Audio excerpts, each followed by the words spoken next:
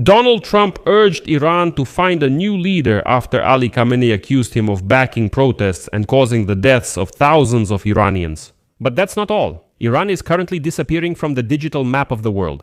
Today, January 18, a total internet blackout has been imposed in Tehran and all key provinces. There's almost no contact with the outside world, but the recent leaks are shocking. Iran's supreme leader, Ali Khamenei, has officially acknowledged for the first time that, as he stated, several thousand people have died in the country.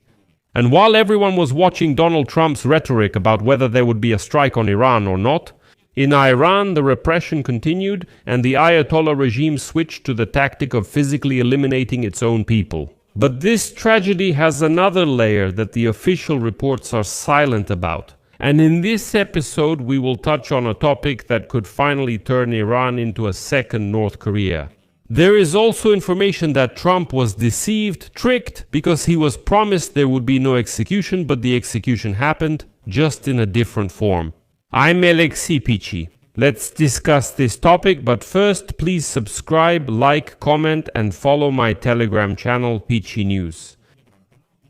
The link to it is in the video description. There we publish breaking news as it comes in.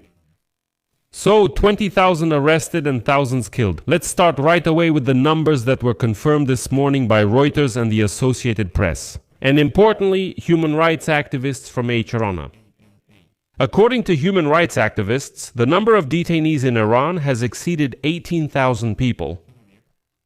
Human rights organizations report more than 3,000 confirmed deaths, but the real numbers could be much, much higher. Khamenei, in his address today, called the deceased, quote, agents of foreign influence, effectively legitimizing shootings in the streets.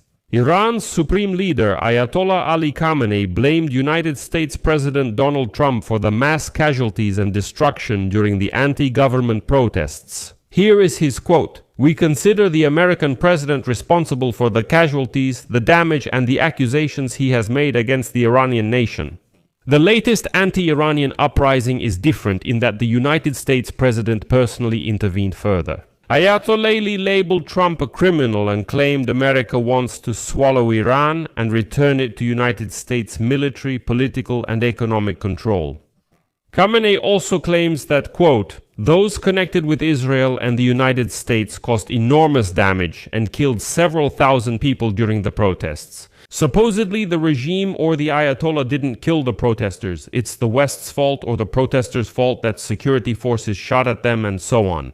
According to Khamenei, the Iranian authorities must break the backbone of the rebels. Quote, we do not intend to lead the country to war, but we will not spare internal or international criminals. Donald Trump has repeatedly warned Iran's leaders in January against violence toward protesters and promised help to demonstrators.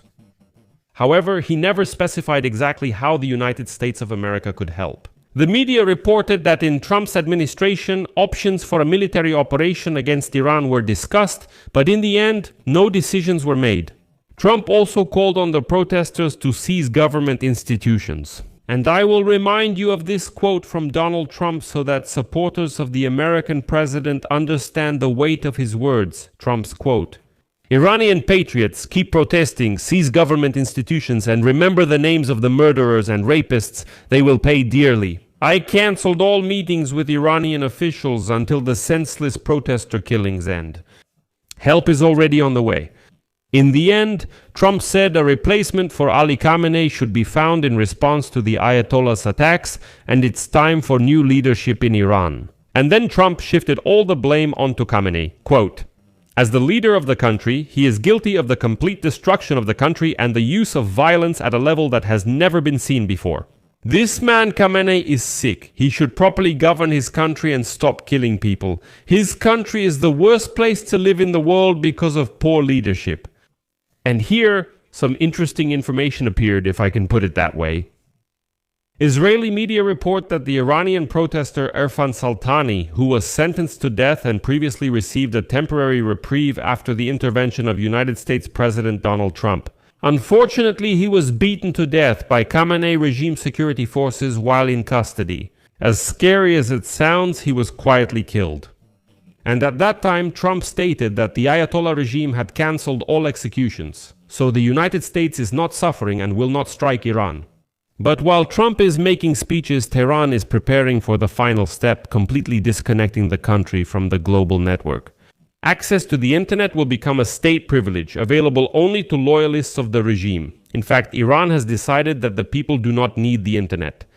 This is actually the strictest restriction possible in the modern world, though there are some nuances. While Khamenei is giving orders for executions, it seems that Donald Trump is actually trying to find a real replacement for him. Axios and The Guardian today confirmed that Trump's special envoy to the Middle East, Stephen Witkoff, did in fact hold a secret meeting with Reza Pahlavi, the son of the last Shah of Iran. It was stated that this was not just a consultation, and after this meeting, Witkoff issued an ultimatum to the Ayatollah regime. Immediate cessation of uranium enrichment, elimination of the missile program, and complete surrender of nuclear materials. In return, Trump is offering a new nuclear deal, but judging by the dynamics of the protests and Trump's rhetoric, there will ultimately be no deal.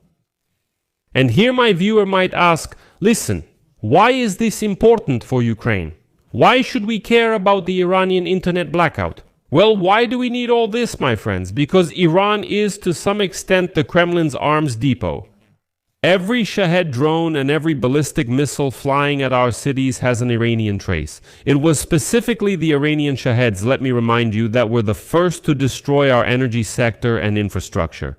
If the Khamenei regime falls or gets bogged down in a civil war, then this logistical support for Putin will be cut off instantly. Iran's collapse would noticeably hurt Putin's military, though not critically. But there remains one problem, and that problem is called Donald Trump, who still can't make up his mind.